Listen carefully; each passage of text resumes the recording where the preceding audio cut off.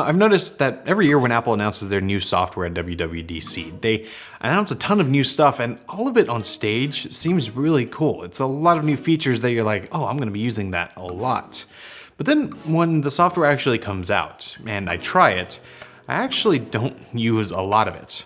But there are those few things that make the biggest difference and are things that actually change how I use my products day to day. And iOS 13 has a few of those. So the public beta of iOS 13 and iPadOS came out not too long ago, and this was where all of us can actually try it. Now I had the developer version on my devices already, and I've been using it, and I've actually enjoyed it a lot. There are a few key things here that in my day-to-day use I've noticed are actually changing my habits and are actually making me use these products in different ways, even in the beta. Probably the simplest and obviously easiest for Apple to fix is the volume HUD. This is something that has been here since the very first version of iOS. And it's when you click the volume buttons and you change the volume, you get that pop-up on your screen that interrupts what you're doing. And it was just annoying. But they finally fixed it here in iOS 13. It's a very simple thing. It's not major, but I have really appreciated it. It's something that every time I use it, I still notice it. I'm just like, yes, thank you, Apple, finally for doing this. And what I like about it is that I can adjust it with the button, but if there's more fine control I want to do, or if I want to raise it all the way up, instead of holding down the button, I could just do it on the screen. It's very similar to how it works in Control Center, but it pops up on your display when you hit the buttons, and it's great. It stays out of the way. It's also nice that you can see a visual representation on the screen of what your volume ringer switch is doing. So you can tell when you switch it whether it's going in silence or not. Like I said, it's very simple, but it's something I'm really loving with iOS 13. Okay, so real quick before we continue on, I want to thank this video sponsor, Skillshare. Skillshare is one of my favorite places to go online to learn new things. It's an online community for creators with over 25,000 classes in design, video production, photography, business, pretty much anything you can think of. So if you're like me and you love learning new things or, just honing your skills, Skillshare is the perfect place to keep you learning and thriving through 2019. Now what's great is that Skillshare is actually affordable. So an annual subscription is less than $10 a month, and these premium memberships give you access to any class that you want so you can join and start learning. But even better, anyone who uses my link down in the description will get a free 2-month trial. So really, there is no reason not to try it. Join the more than 7 million creators already learning with Skillshare, and again, that link is down in the description. Another feature that I was just waiting for and seemed like another easy implementation is the swipe keyboard. So no longer do you have to only type out everything, you can use your finger and glide between the letters. And this isn't always useful. I find I can still type faster a lot of the times with 2 hands. But what really comes in handy is when I'm not typing with 2 hands. If I'm just using one hand with my thumb, or if I'm holding the hand here and just going really quickly with my other hand, I could type a lot faster, or not even faster, but just easier, and it is a better experience overall. This is something that has been on Android for years, and it's also been on iOS with third-party keyboards, but now it's finally supported natively. But the other thing that I'm really liking with the keyboard is on iPadOS. So now you have the normal keyboard like you're used to on the iPad, and that I think has always worked great.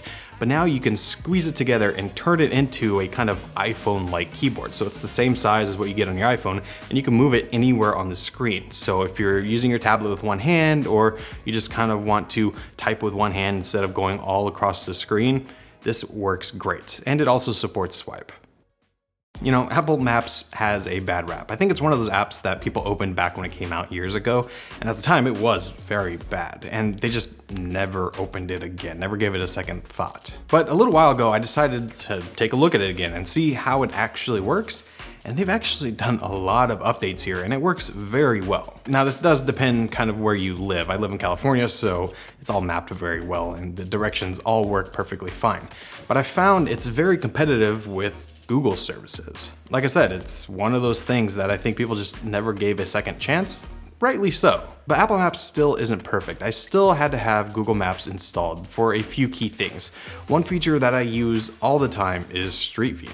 Whenever I search for a place to go, I pretty much always check the Street View to see what the place actually looks like. And that was a big thing that I always missed when I was using Apple Maps. But now with iOS 13, that feature is coming. Right now, it's only available in a few cities, but Apple says it will be rolled out to all of the United States in 2019. But for where it does work, right now, San Francisco seems to be the best option.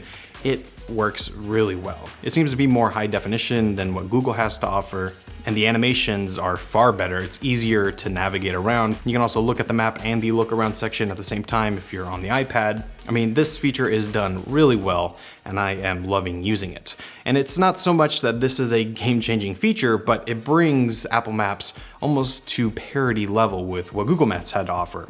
And considering, for me at least in my experience, Apple Maps has been very good, this might mean that I won't need Google Maps for that much longer.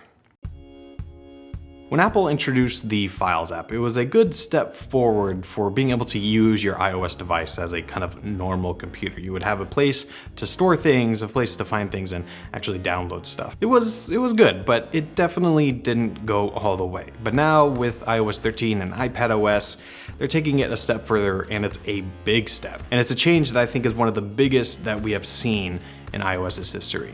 So now the thing that we have all been wanting actually works. You can plug in a drive and you can see what's on it. You can pull things off of it. You can put things on it.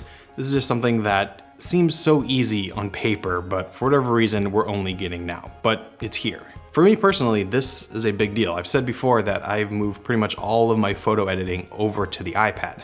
But one thing that has always been a pain is actually getting those photos onto the iPad. Now I could just plug the drive in, and instead of having it go into my camera roll and having to import it somewhere else, I could just do that all natively as I would if I was on my Mac. Also, having better integration with third parties like Google Drive and Dropbox, being able to connect to servers, these are all steps forward that make using like an iPad as your actual computer much easier. Okay, so the absolute biggest game changer for me has been the new updated Safari, especially on iPadOS. This is something that since I updated, I have noticed continuously every single time I use my devices. On the iPad, it now defaults to a desktop view of the website. So you no longer have to deal with these weirdly formatted mobile websites. It just works as you would expect it to. And more importantly, just uses the screen real estate of the iPad in a much better way. And there's also a download manager now, which I didn't really think I wanted, but the fact that I can actually store things on my devices now makes it pretty useful, and I can actually download files from the internet, and it's easy. And another little kind of hidden thing that didn't get played up too much is that I can save preferences for different websites. So for instance, whenever I go to Google to search something, every single time it asks me if I can use my location, which is good. I appreciate that iOS has that security built in, but I've already kind of given in, and I understand that Google is going to use my location, and I'm okay with it. So now, instead of having it pop up every time, I can save the preference for that website so it can just remember what I told it. And I can also request the desktop site or go into reader view. There's a lot more fine settings that I can actually save and keep the way I want for each website. This is one that seriously, every time I use it, I'm just like, man, this is the way it should have been for a long time now. And that kind of goes for all of these features. There aren't really like crazy ideas conceptually. These all make sense, and for most of them, they probably should have been here for a long time. But they weren't. Apple took their sweet time with it. But now they're finally here, and for me, these are game-changing features.